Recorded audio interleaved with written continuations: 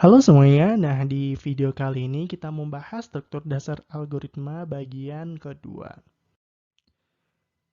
Nah, di video ini kita mau bahas yang tentang perulangan. Kalau di video sebelumnya kan udah ada tuh yang membahas tentang urutan algoritma dan juga pemilihan. Terus pengulangan sendiri tuh misalkan nih kita mau menuliskan tulisan saya suka pemrograman sampai 100 kali.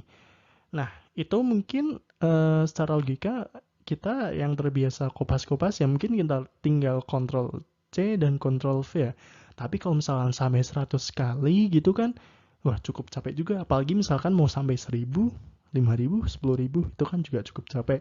Nah, sebenarnya kita bisa melakukan hal tersebut dengan pemrograman ini di bagian perulangan.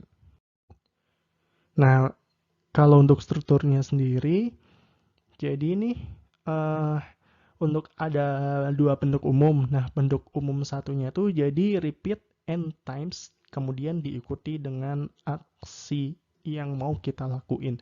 Jadi n ini misalkan kita mau ngulangin sebanyak 10 kali, berarti n-nya nanti repeat 10 times or repeat 10 times, then followed by aksi kayak gitu ya.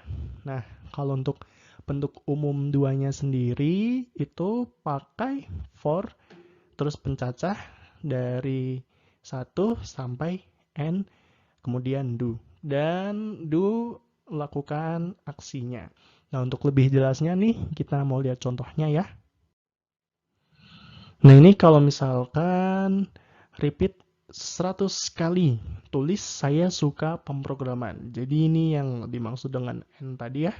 Kemudian atau kalau mau pakai for bisa dilakukan dengan for i. Nah, ini maksudnya sebuah variabel ya atau pencacah itu dari 1 sampai 100. Lalu kita lakukan do tulis saya pemrograman. Nah, ini akan keluar hasil yang sama ya antara yang ini dan juga yang ini. Dia akan sama-sama menuliskan tulisan saya suka pemrograman sebanyak 100 kali. Nah, untuk lebih jelasnya nih kita mau lihat contoh penggunaannya ya. Nah, di sini kita pakai contohnya sama kayak yang di video sebelumnya di studio.code.org/how. Nah, di sini untuk pengulangan sendiri nih, jadi si burung ini tuh biar jalan ke sini sebanyak 1 2 3 4 5. Nah, sebanyak 5 kali. Nah, di sini kita bisa menggunakan pakai repeat 5 times. Kemudian kita melakukan perintahnya yaitu move forward.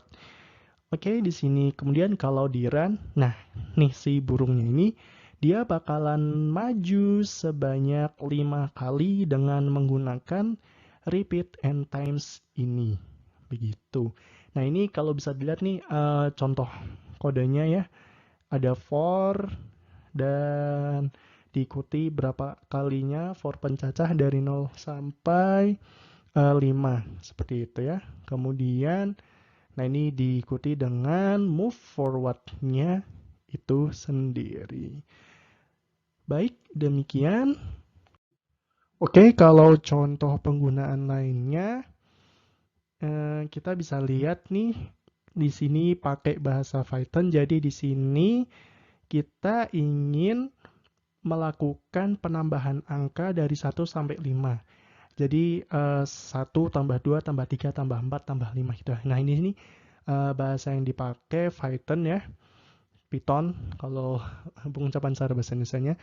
Nah, di sini kalau misalkan kita compile, kita jalankan, itu akan menghasilkan pertambahan dari 1 tambah 2 tambah 3 tambah 4 tambah 5. Itu hasilnya 15. Kalau nggak percaya, hitung sendiri. Nah, di sini nih maksudnya nih melakukan pengulangan i itu di looping, dilakukan perulangan, itu range-nya tuh antara 1 sampai 6.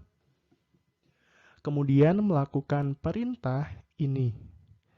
Jadi, sum sama dengan sum ditambah i. Nah, i-nya ini tuh dia akan membesar seiring dengan berjalannya waktu. Jadi, i yang pertama tuh 1. Jadi kan sumnya ini pertama nilainya 0, terus tambah 1, terus kemudian I-nya jadi 2, jadi sum hasil yang sebelumnya ditambah I yang sekarang. Begitu seterusnya sampai ke 6. Atau di sini ya sampai 6. Kenapa kok sampai 6? Padahal kan kita mintanya sampai 5. Nah, itu sebenarnya tuh jadi antara range-nya itu jadi antara angka 1 sampai ke 6. Jadi yang dimaksud ini 1 sampai 5 seperti itu. Baik, terima kasih semuanya. Selamat belajar.